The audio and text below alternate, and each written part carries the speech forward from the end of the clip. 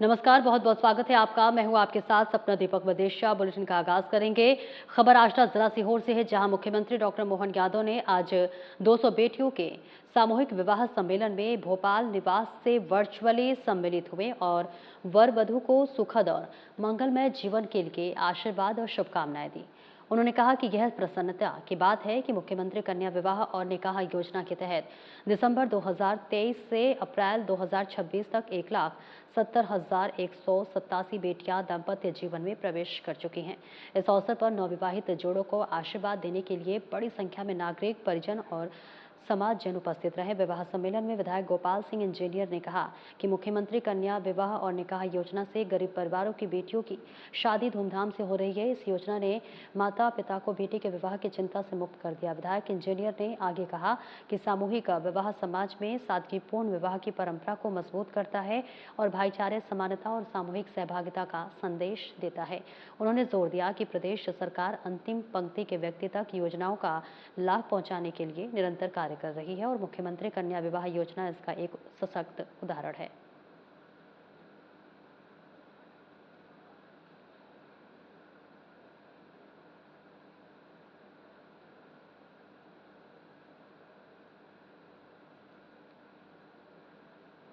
और खबर शिवपुरी से है, जहां किसानों की समस्याओं को लेकर कांग्रेस कार्यकर्ताओं ने पडोरा चौराहे पर चक्का जाम कर प्रदर्शन किया। प्रदर्शन के दौरान सड़क पर वाहनों की लंबी कतार लग गई और यातायात प्रभावित रहा। कांग्रेस नेताओं ने बीजेपी सरकार पर किसानों की अनदेखी का आरोप लगाते हुए नारेबाजी की। पौड़ी विधायक ने कहा कि अभी सरकार को केवल चेताया जा रहा है, आगे उग्र आंदोलन किया जाएगा। पुलिस और प्रशासन के समझाने पर यातायात व्यवस्था सामान्य हुई।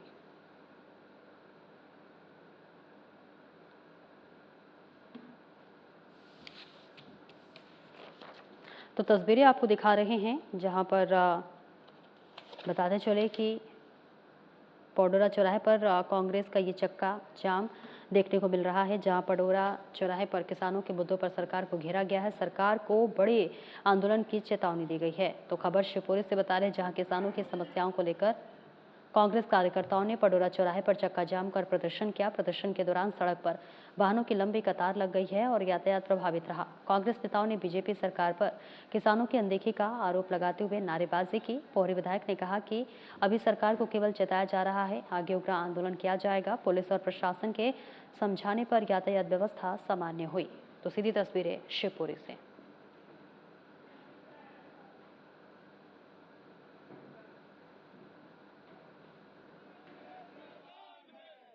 इस विषय पे हमारे प्रदेश अध्यक्ष जी से रात में बात हुई थी। हमारे साथ में माननीय हमारे बरैया जी हैं, हमारे पूर्व मंत्री माननीय लाखन सिंह यादव जी हैं, हमारे पूर्व विधायक करेराज प्रागीलाल जी हैं। तो हमारी रात में चल रही थी, जो कि 6 बजे तक होना थी, अब वो 3 बजे तक है। हम समझ रहे हैं कि हमारी प्रदेश की जनता परेशान न हो, इसलिए इसको 4 घंटे का चक्का जाम कर दिया है। 4 घंटे में भी हमने एम्बुलेंस वगैरह निकालने के लिए अलग व्यवस्था जमाई है। पानी चल रहा है और यहाँ पे सूप वगैरह, केले वगैरह जी बंटने की व्यवस्था चली रही है और हाँ, खाने के पैकेट भी हैं। ऐसा नहीं है, हम सब समझते हैं अभी। लेकिन एक बात और कहना चाह रहे हैं, अभी एक नमूना उदाहरण है ये 4 घंटे का प्रदेश और देश की सरकार को। अगर हमारी किसानों के लिए, किसानों की सुविधा के लिए, किसानों की फसलों की दाम बढ़ाने के लिए, किसानों के लिए खाद व्यवस्था के लिए, किसानों के लिए बिजली की व्यवस्था के लिए सुविधा नहीं की गई, तो एक दिन प्रदेश और देश में चक्का जाम कर देंगे। इंदौर के वरिष्ठ कांग्रेसी नेता और विधानसभा क्षेत्र से 3 बार विधायक रहे अश्विन जोशी का आज निधन हो गया। 66 वर्षीय जोशी को सीने में दर्द की शिकायत के बाद इंदौर के शेल्बी हॉस्पिटल में भर्ती कराया गया था, जहां उन्होंने अंतिम सांस ली। उनके निधन से कांग्रेस में शोक की लहर है। इंदौर की राजनीति में वे कांग्रेस के कद्दावर नेता और मजबूत संगठनकर्ता के रूप में जाने जाते थे। उनके निधन पर मध्य प्रदेश के कई वरिष्ठ कांग्रेसी नेताओं ने शोक व्यक्त किया है। पारिवारिक सूत्रों और उनके भाई संजय जोशी से प्राप्त जानकारी के अनुसार अश्विन जोशी का पार्थिव देह फिलहाल अस्पताल में रखा गया है। उनका अंतिम संस्कार उनके पुत्र के अमेरिका से इंदौर लौटने के बाद किया जाएगा।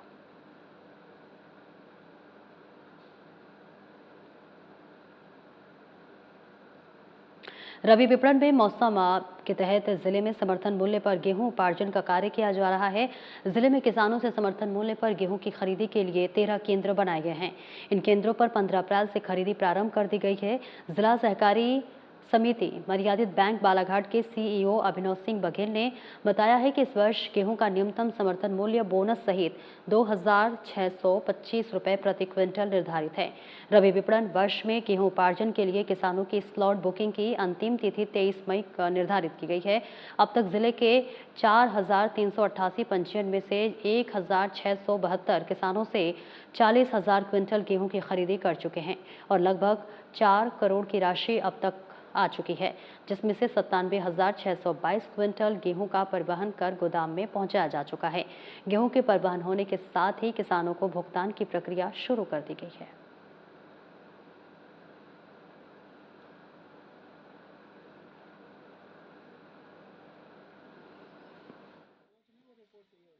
ये जो खरीदी चालू हुई है इसमें इस बार रिकॉर्ड तोड़ पंजीयन करे गए थे, क्योंकि कलेक्टर सर का इसमें स्पेशली था कि हमें सारे किसानों को बोनस पे जो एमएसपी है वो भी देना है और बोनस जो मिल रहा है वो भी करना है।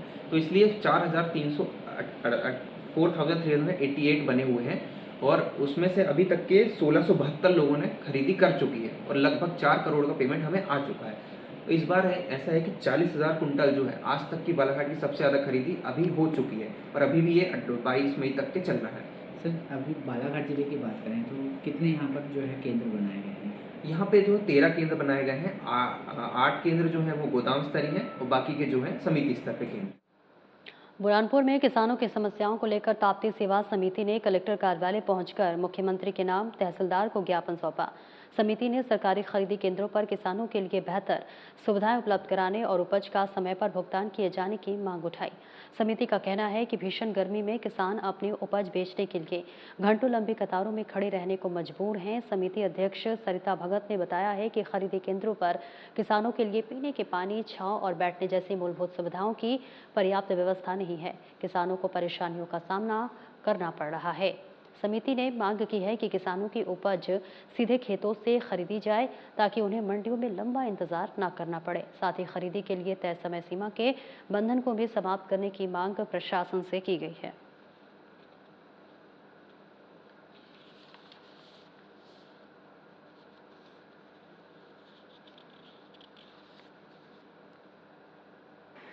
ताप्ती सेवा समिति के द्वारा यहाँ पर आज माननीय कलेक्टर महोदय को माननीय मुख्यमंत्री के नाम में एक ज्ञापन दिया गया, जिसमें चना उपार्जन एवं गेहूँ उपार्जन में किसानों की जो समस्या है, क्योंकि ट्रैक्टरों की लंबी कतारें लग रही है और समय पर उनको बिल नहीं बन पा रहे, और अगर बिल बन भी जाता है तो समय पर शासन द्वारा उसको भुगतान नहीं किया जा रहा है। 10-10, 15-15 दिन के आज किसान चना तो उनके जिनको आज दिनांक तक पेमेंट नहीं प्राप्त हुआ है। आज हम किसानों के देश के अन्नदाता की समस्या लेकर आए कलेक्टर कार्यालय में मुख्यमंत्री के नाम ज्ञापन दे रहे हैं, क्योंकि आज देश का अन्नदाता किसानों की इतनी स्थिति दयनीय होती जा रही है। मंडी के अंदर वो किसान अपना अनाज लाता है तो मंडी में ट्रैक्टर की लंबी लाइन और बिल बन जाता है उन्हें, तो तुरंत पैसे नहीं मिलते। किसानों को यानी शाम में मजदूरी भी देनी पड़ती है, ट्रैक्टर वालों को कटाई होने के बाद सभी देना पड़ता है। उसके बावजूद किसानों ने अपनी जो फसल है उसका मूल भाव भी नहीं मिल रहा है, उन्हें वहाँ स्थिति की दयनीय। खबर उज्जैन से है, जहां आरपीएफ पुलिस की डीजीपी सोनाली मिश्रा उज्जैन पहुंची और सिंहस्थ की तैयारियों का जायजा लिया। इस दौरान उन्होंने बातचीत में बताया कि सिंहस्थ के आयोजन में आरपीएफ बहुत ही महत्वपूर्ण रोल अदा करेंगे। इस बार 2028 में उज्जैन में सिंहस्थ महाकुंभ का आयोजन होगा, जिसमें देश विदेश से 20 करोड़ श्रद्धालु के आने का अनुमान है। इसी के मद्देनजर आरपीएफ पुलिस तैयारियां कर रही है। इन्हीं सब तैयारियों का जायजा लेने के लिए आरपीएफ पुलिस की डीजीपी सोनाली मिश्रा और विभागीय और स्थानीय पुलिस अधिकारियों को साथ लेकर रेलवे स्टेशन सहित शहर के बाहर बनाए गए फ्लैग स्टेशन का निरीक्षण किया। इस दौरान डीजीपी ने रेलवे स्टेशन पर प्लेटफॉर्म नंबर 1 से लेकर 8 नंबर तक पैदल भ्रमण कर व्यवस्थाओं का जायजा लिया। इसके बाद डीजीपी सोनाली मिश्रा ने मीडिया के साथ बातचीत करते हुए बताया कि इस बार सिंहस्थ के आयोजन में आरपीएफ, जीआरपी और मध्य प्रदेश पुलिस के साथ मिलकर महत्वपूर्ण रोल अदा करेंगी। हमारा पूरा फोकस यात्रियों के मूवमेंट पर रहेगा कि किस तरह से उन्हें शटर में लाया जाए, सुरक्षित बाहर निकाला जाए। इसके लिए एक अलग से पूरा प्लान तैयार किया जा रहा है।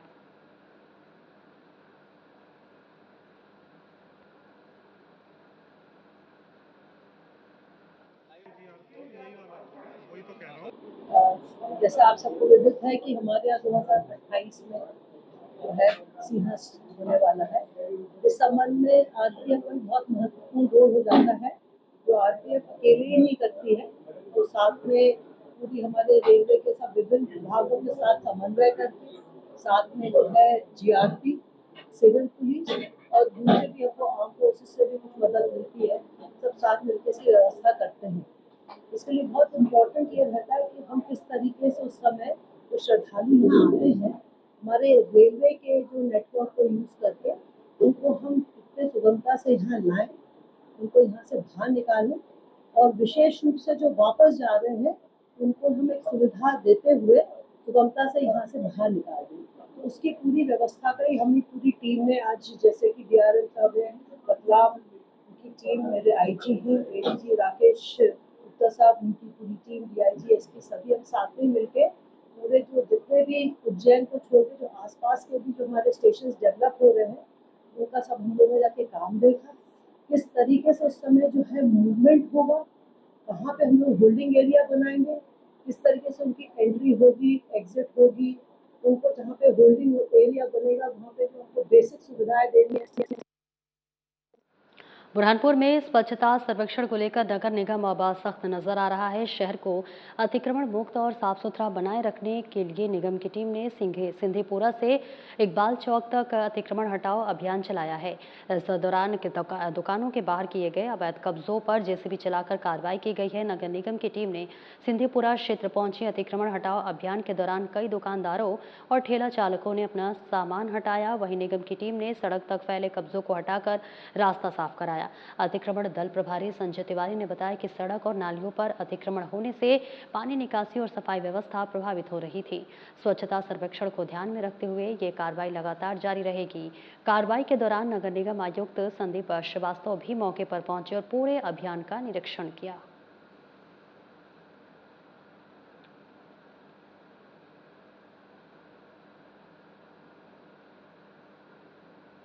बागली अनुभाग पर 11.5 करोड़ की लागत से बनने वाले राजस्व कार्यालय निर्माण प्रारंभ होने के बाद से ही चर्चाओं में रहा है। कार्यालय की नींव में जंग लगे लोहा जो है वो रॉड लगाने की शिकायत अभिभाषक संघ बागली ने की, जिसके बाद अब गुणवत्ताहीन काम की शिकायत देवास कलेक्टर ऋतुराज सिंह को की, जिसे कलेक्टर ने गंभीरता से लेकर तत्काल जांच के आदेश दिए। ज्ञात है कि निर्माण पहले ही बहुत विलंब से हो रहा है। कलेक्टर ने आरआईएस के एसडीओ अभिषेक कटारिया और पीडब्ल्यूडी और नगर परिषद के 2 इंजीनियर सहित 3 लोगों के दल ने कार्य की गुणवत्ता देखकर असंतुष्ट नजर आए।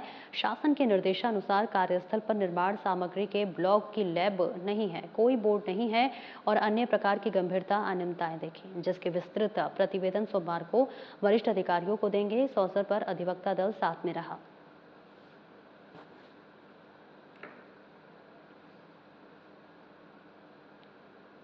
डिंडोरी जिला अस्पताल एक बार फिर अपनी कार्यप्रणाली को लेकर सवालों के घेरे में है। इस बार मामला अस्पताल प्रबंधन की लापरवाही और खराब व्यवस्थाओं से जुड़ा हुआ है, जहां आपको बता दें कि जानकारी के अनुसार क्यूठी गांव निवासी 30 वर्षीय का शव संदिग्ध परिस्थितियों में पेड़ के नीचे पड़ा मिला। ग्रामीणों ने शव देखे जाने की सूचना परिजनों को दी, जिसके बाद तत्काल डिंडोरी कोतवाली पुलिस को मामले की जानकारी दी गई। मौके पर पहुंची पुलिस ने पंचनामा कार्रवाई पूरी कर शव को पोस्टमार्टम के लिए जिला अस्पताल भेजा, लेकिन देर शाम होने के कारण अस्पताल प्रबंधन ने पोस्टमार्टम शुक्रवार को किए जाने की बात कही। इसके बाद जब पुलिस और परिजन शव को सुरक्षित रखने के लिए अस्पताल के डीप फ्रीजर पर पहुंचे तो वहां की व्यवस्था ने सभी को हैरान कर दिया। बताया गया कि दोपहर करीब 1:30 बजे ट्रांसफार्मर खराब होने से अस्पताल की बिजली व्यवस्था ठप हो गई है, जिसके चलते डीप फ्रीजर बंद पड़ा हुआ है। सबसे बड़ा सवाल ये उठ रहा है कि जिला अस्पताल में शव को सुरक्षित रखने जैसी गंभीर व्यवस्था के लिए बैकअप सिस्टम क्यों नहीं मौजूद है। फिलहाल शव को मोर्चरी में रखवा दिया गया है।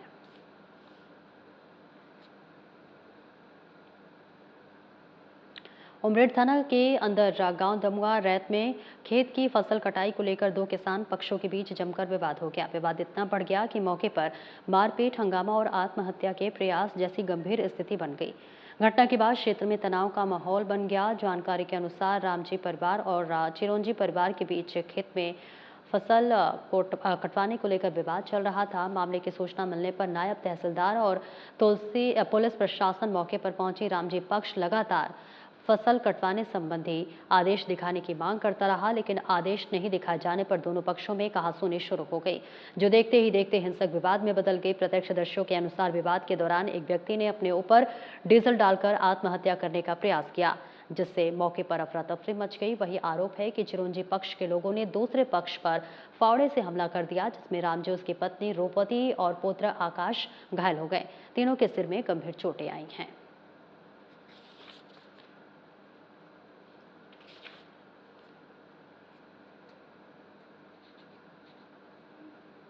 पश्चिम रेलवे के महाप्रबंधक रामाश्रय पांडे उज्जैन आए और सिंहस्थ की तैयारियों का जायजा लिया। आपको बताते चले कि इस बीच उन्होंने बातचीत में बताया कि इस बार रेलवे सिंहस्थ के दौरान यात्रियों की सुविधा के लिए 7800 यात्री ट्रेन चलाएगा। इस बार 2028 में उज्जैन में सिंहस्थ महाकुंभ का आयोजन होगा, जिसमें देश विदेश से 20 करोड़ श्रद्धालुओं के आने का अनुमान है।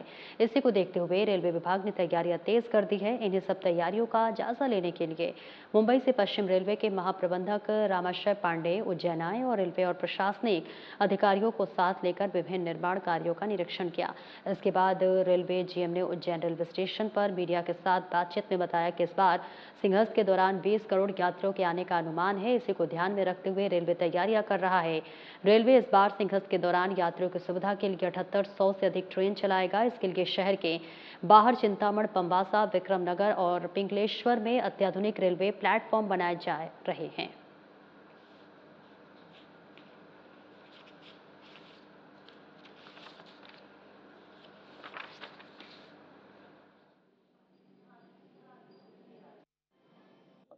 जैसा कि आप सबको सर्वविदित है कि अभी 2028 मार्च अप्रैल में सिंहस्थ होगा, तो उसके आयोजन के कंटेक्स्ट में उसकी तैयारी देखने के लिए आया हुआ था। हमारी टीम ने 2 साल पहले से इसकी प्लानिंग शुरू कर दी थी। प्लानिंग वाला पार्ट पूरा कंप्लीट हो गया है, अब एग्जीक्यूशन शुरू हो गया है। तो वही देखने के लिए आए थे कि एग्जीक्यूशन जो टाइमलाइन होनी चाहिए उसके हिसाब से चल रहा है। पिछले सिंहस्थ में करीब 5 करोड़ लोग आए थे, अभी एक्सपेक्टेड है कि 15 से 20 करोड़ के बीच में लोग आएंगे। पिछले सिंहस्थ में करीब 2600 ट्रेन भारतीय रेल ने चलाई थी और अभी हमारी प्लानिंग उसकी 3 गुना 7800 के आसपास ट्रेन चलाने की है। और जैसे जैसे समय पास आएगा तो अगर ये आने वाले यात्रियों की संख्या में असेसमेंट में कोई परिवर्तन होता है तो रेलवे भी अपनी तैयारी अकॉर्डिंगली उसको मॉडिफाई करेगी। आम आदमी पार्टी प्रदेश इकाई के निर्देश पर झाबुआ जिला इकाई ने केंद्र सरकार के व्यावसायिक गैस सिलेंडर के दामों में भारी बढ़ोतरी के विरोध में धरना प्रदर्शन किया। आप पार्टी ने शासन से मांग की है कि इस तुगलकी फरमान को वापस लिया जाए। भारी मूल्य वृद्धि से छोटे छोटे व्यापारियों को नुकसान होगा। बढ़ी हुई कीमतों से आमजन हताश है। आम आदमी पार्टी के जिला अध्यक्ष कमलेश सिंगार ने इस तुगलकी फरमान को वापस लेने का आह्वान किया है।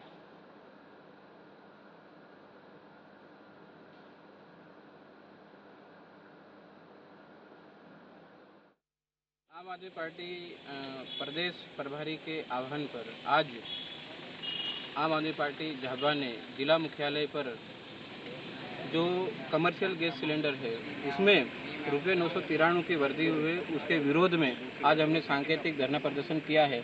आपको मालूम हो हमारी जनता पहले ही महंगाई की मार झेल रही है, इसके बावजूद भी केंद्र की मोदी सरकार ने कमर्शियल गैस सिलेंडर में रुपये 993 की वृद्धि कर दी। इसका मतलब ये है केंद्र की भाजपा सरकार आम जनता की जेब पर खुला डकैती डाल रही है। मतलब डकैती डाल रही ये है कि भाई एक जो गरीब जनता है, आम जनता है, वो इतने रुपये 993 आप एकदम से बढ़ा रहे हो तो इसकी भरपाई वो कैसे करेंगे। पहले ही महंगाई की मार इतनी है कि वो झेल नहीं पा रहे थे, ऊपर से फिर गैस सिलेंडर में अपने कीमतों में वृद्धि करके सीधे 993 बढ़ा दिए, जिसका हम आम आदमी पार्टी की ओर से पुरजोर विरोध करते हैं। भीषण गर्मी के चलते यात्रियों को राहत प्रदान करने के उद्देश्य से विप्र नारी शक्ति सेवा संस्था में लालबाग रेलवे स्टेशन पर शीतल जल वितरण का सेवा अभियान चलाया। संस्था के राष्ट्रीय अध्यक्ष गौरी दिनेश शर्मा के नेतृत्व में कार्यकर्ताओं ने स्टेशन पर रुकने वाली विभिन्न ट्रेनों के यात्रियों को ठंडा पेयजल वितरित किया। तेज गर्मी से परेशान यात्रियों ने शीतल जल प्राप्त कर संतोष व्यक्त किया और इस सेवा कार्य की सराहना की। इस अवसर पर पायल अवस्थी, आशा तिवारी, अमिता शुक्ला, सृष्टि शुक्ला और अनुराग दुबे का विशेष योगदान रहा। संस्था के राष्ट्रीय अध्यक्ष गौरी दिनेश शर्मा ने कहा कि वर्तमान समय में भीषण गर्मी से राहत के लिए शीतल जल और वृक्षों की छाया अत्यंत आवश्यक है। उन्होंने आम जन से वर्षा ऋतु में अधिक से अधिक वृक्षारोपण करने और उनकी देखरेख करने की अपील की। उन्होंने बताया कि संस्था समय समय पर ऐसे जनहितकारी सेवा कार्य आयोजित करती है और आगामी दिनों में पुनः जल वितरण अभियान आयोजित किया जाएगा।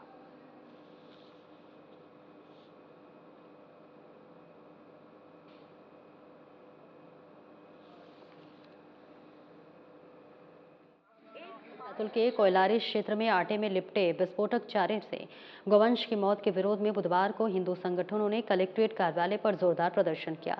राष्ट्रीय हिंदू सेना और योग वेदांत सेवा समिति सहित कई संगठनों ने कलेक्टर को सौंपा ज्ञापन। उन्होंने इस घटना को अमानवीय बताते हुए दोषियों के खिलाफ तत्काल एफआईआर दर्ज कर सख्त कार्रवाई करने की मांग की है। कलेक्टर को सौंपे गए ज्ञापन में मामले के निष्पक्ष जांच के लिए एक विशेष जांच दल के गठन की मांग की गई है। संगठनों ने अपील की है कि दोषियों को शीघ्र गिरफ्तार कर फास्ट ट्रैक कोर्ट में मामले की सुनवाई की जाए और उन्हें कठोरतम सजा मिले। प्रदर्शनकारियों ने चेतावनी दी है कि यदि प्रशासन ने जल्द ही सख्त कदम नहीं उठाए तो वे अपना आंदोलन और तेज करेंगे।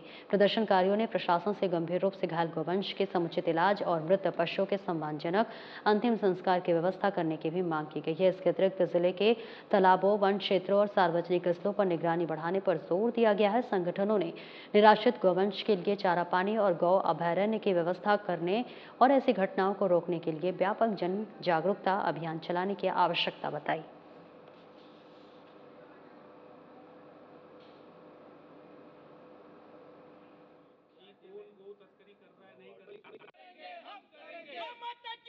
इस तरह की घटनाएं जो हैं ये निश्चित रूप से एक चिंता के विषय और कहीं ना कहीं हमारे सांप्रदायिक वातावरण को भी खराब करती हैं। इसलिए न केवल इस घटना पर कार्रवाई होना चाहिए बल्कि जिला प्रशासन को आवश्यक प्रबंध करना चाहिए इस तरह की घटनाएं आगे न घटित हों। कितनी गाय थी और क्या वजह रही इसके पीछे कुछ जानकारी? 11 गाय थी। अब ये जांच का विषय है और इसलिए सरकार हमने जिला प्रशासन से मांग की इसकी जांच की जाए और जो भी अपराधी व्यक्ति हों उनके खिलाफ कड़ी से कड़ी कार्रवाई की जाए। और फिर मैं ये कहूँगा कि कहीं ना कहीं जिला प्रशासन को सचेत रहने की आवश्यकता है, कहीं ना कहीं उनको मोबिलाइजेशन करने की आवश्यकता है, इस तरह घटनाएं घटित ना हो। जी मैम, क्या नाम है? मैं हेमा सिंह चौहान, सकल हिंदू समाज। मुझे बताएं, आज आप सब लोग यहाँ पर कलेक्टेड आए थे। ये जो सर कोयलारी गांव में जो कहते से भी 20 गायों के साथ में जो कृत्य किया गया है, आटे के गोलियों के अंदर में बारूद रखा गया और उसे कहते गाय ने खा लिया और जिससे उनके सारे जबड़े फट गए, गाय मर गई है और 11 गाय मर गई है। बाकी कहते से बहुत सीरियस है, जिसके लिए हम सकल हिंदू समाज और भी जितने भी संगठन है बैतूल के सारे सर्व संगठन यहाँ पर एकत्रित हुए हैं कि हम लोग ये मांग करते हैं कि उनको जो एक इंसान की मृत्यु के ऊपर जो दंड मिलता है वही दंड इन लोगों को मिलना चाहिए। ये कोई गिरोह है जो कहते से ये कृत्य कर रहा है और हमें चैलेंज कर रहा है। फिलहाल इस बुलेटिन में इतना ही। नमस्कार।